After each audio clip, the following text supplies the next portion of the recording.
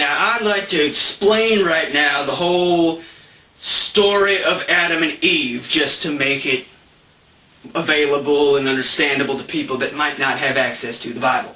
Alright, this is how it happened, okay?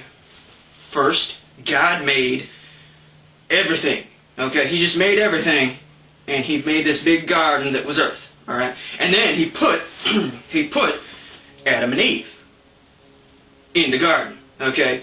He put Adam and Eve in the garden, and they were naked because they didn't understand this whole thing about clothing and everything, and they didn't really understand anything. He said they hadn't eaten from the tree. There's a tree that God put in the center of the garden. And this was the tree of the knowledge of good and evil. You see, it's the tree of knowing things, the tree of knowledge.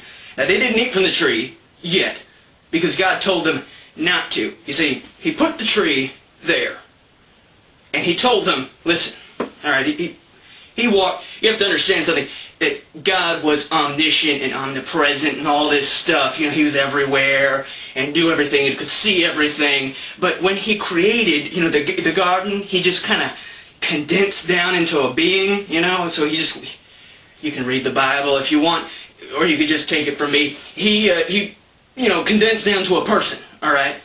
He couldn't see everything, and He didn't know everything, and He was just in one spot. So He was kind of like a human. And then that changed a little bit later, but I'll tell you about that. Now, He told them, He said, listen, all right, don't eat the fruit. This is very bad fruit, okay? This is fruit of knowledge. You'll get smart if you eat the fruit, and I want to keep you good and dumb so you can worship me properly, okay? That's what He told them. He said, you have to not eat this fruit. And if you do, I'm going to have to kill you and torture you.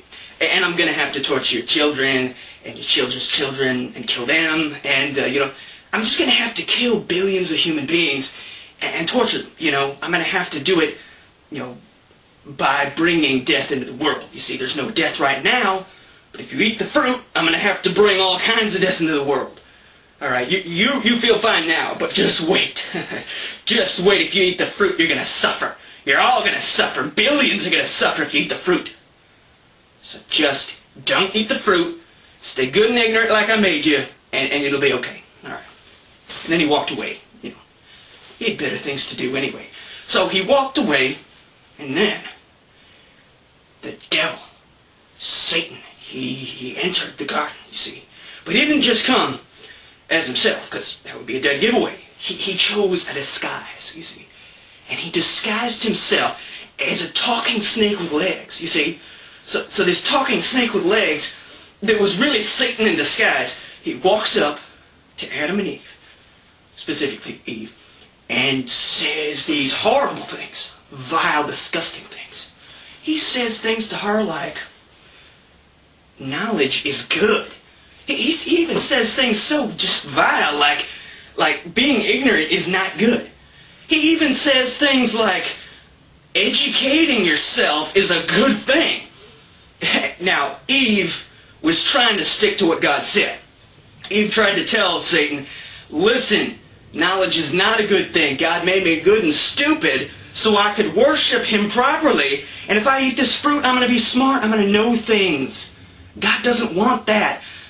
But Satan just would not relent. Satan just kept nailing her, you know, just kept drilling her at this with the whole, you have to be smart, you know what I mean? Just horrible things like that. And eventually she gave in. She ate the fruit. And then she called over Adam and had him eat some too. And they ate it. And then you know what happened? Just then, God walks by, you know. Now, He's curious. I guess He's really used to being omniscient and knowing everything. So now that He doesn't know everything, He's, you know, kind of nosy. So he asks, did you eat the fruit? What's going on? Why you look like you have something on your mouth? You know, what's going on? And, of course, you know, she comes clean. They say, oh, yeah, you know, we ate the fruit. And that makes him real mad, you know what I mean? Because he's used to not having any surprises, and now all of a sudden he's surprised.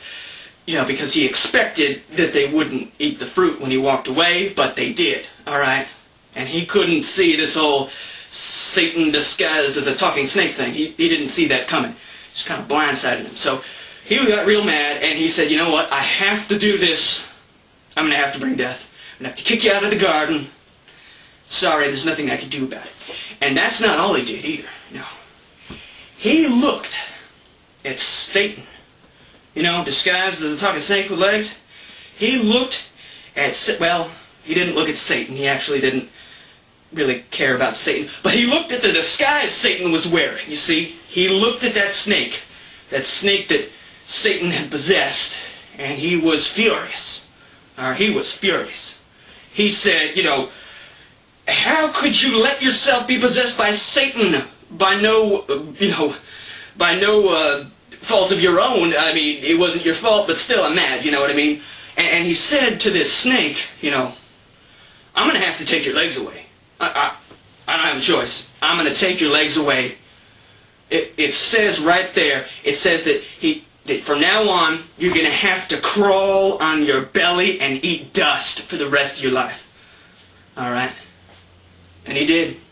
He punished all snakes. He did. He punished them. Like it says in the Bible. Took away their legs, and he makes them to this day. That is why to this day. Snakes don't have legs, and they eat dust. Now, it's ridiculous to say that evolution made snakes not have legs. Come on. Evolution making snakes not have legs. Now, why would evolution take away someone's legs? We all like our legs, so why would evolution take away someone's legs if it's beneficial? Alright? And why would snakes evolve to eat dust? You'd think if they evolved that they would have evolved to eat small mammals or something, you know? That they'd eat small animals that were big enough to, you know, wrap their mouths around. But they don't. They eat dust. Now, why would something evolve to eat dust? Doesn't make any sense why something would evolve to eat dust unless God made them eat dust. You see? You have to look to the Bible for truth. You can't look to these stupid evolutionists.